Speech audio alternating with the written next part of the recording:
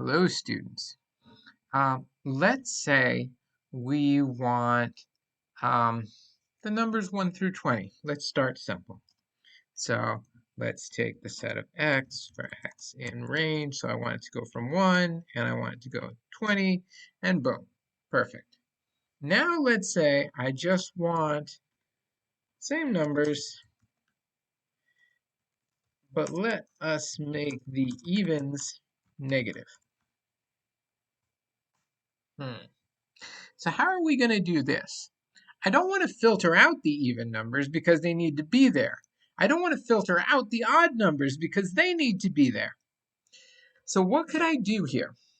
Well, we're going to use something brand new. And this is not something that necessarily needs to be used with comprehensions at all. This is a separate thing in Python that's useful in comprehensions, but it's useful in other places. And it's called the ternary operator. And basically what it allows us to do is it allows us to create a piecewise function in Python. Now, what is a piecewise function in math? If you remember, what it is a function that does one thing based on a certain condition.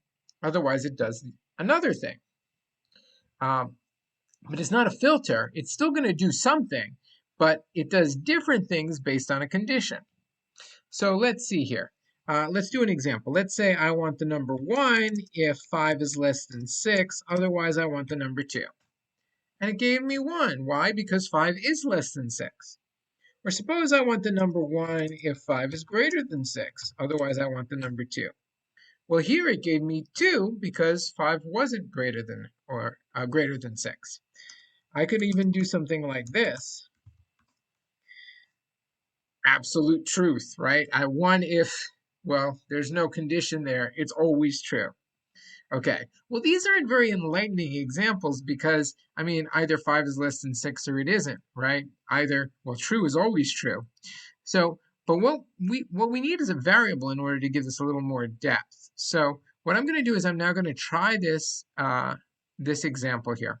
So I want to do the numbers 1 through 20 in a set, but what I want is I want the evens to be negative. So what I could say is, okay, I want it to be negative x if it's even.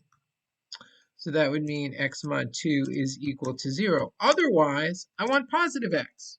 And I want this for all x in the range from 1 to 21. And look what I got here. All of these evens are negative and all of the odds are positive. Now, there's a lot of ways I could have done this. I could have written this differently. I could have written this so that I did the odds first. So now what I have here is I have the set of all x.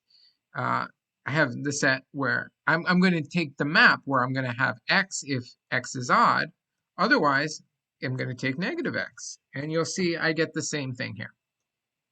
The same thing right here. As a matter of fact, what I could do is I could use the fact that x mod 2. So what's not x mod 2 going to do here, right? So if I write just, let's do this. I don't even need a not if I'm going to do it like that. What happened here? Well, I took x if x mod 2. What does x mod 2 evaluate as a Boolean? Well, it depends. If it's non-zero, it evaluates as true. So the only thing that this can be is either 0 or 1. So if this is 1, it evaluated as true, and I got x. Otherwise, I get negative x. If I wanted to do evens first, I could do this yet another way. If not x mod 2, and do that. And I get the same set as well. All of these are good. I'm not saying one is better. Whichever one is clearest for you is perfectly fine here. But that's an example of using the ternary operator. Let's say I want the set of numbers so that I want them to be squared if they're divisible by 3. Otherwise, I want you to leave them alone. And I need a range let's take the range from just 1 through 10. So what I could do here is I could say, hey, I want x squared if x mod 3 equals 0, else x for x in the range of 1 through 10. So the numbers from 1 to 10, what I'm going to do is I'm going to square them whenever they're divisible by 3. And you'll see what happened here is I got the numbers that weren't divisible by 3 by themselves, right? 1, 2, 4, 5, 7, and 8. 9 here, did I make a mistake? No, because if they are divisible by 3, I squared them. So 3 squared gave me 9, and 6 squared gave me 36, and 9 squared gave me 81. So this is exactly what I should be getting. And you don't have to try any fancy examples where you take away the equal signs and use knots if you don't feel comfortable with them.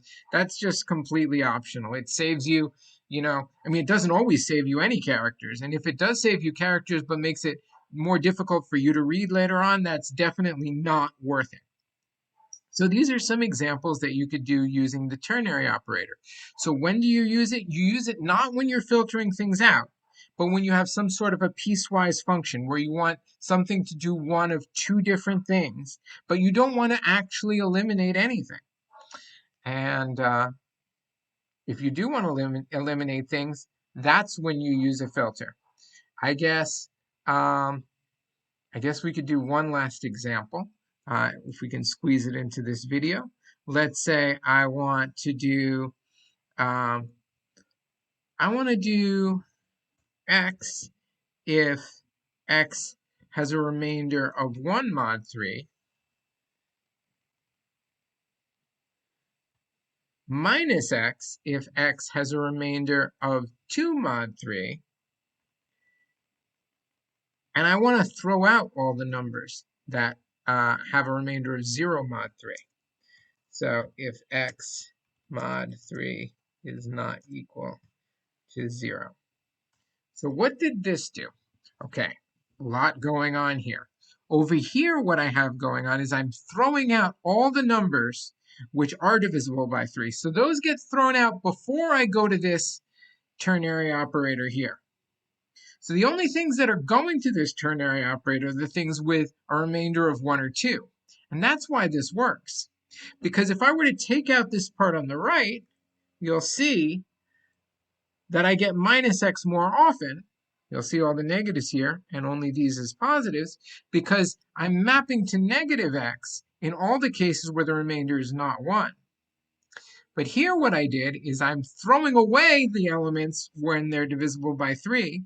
If the remainder is 1, when I divide by 3, I get x. And now if the remainder is not 1, well, the only way the remainder could not be 1 is if the remainder is 2, because I already threw out all the cases where the remainder was 0. So that's a more complicated example, but as you see, this is the way to do it. This is not the way to do it over here. Okay, so those are some examples with the ternary operator and set comprehensions.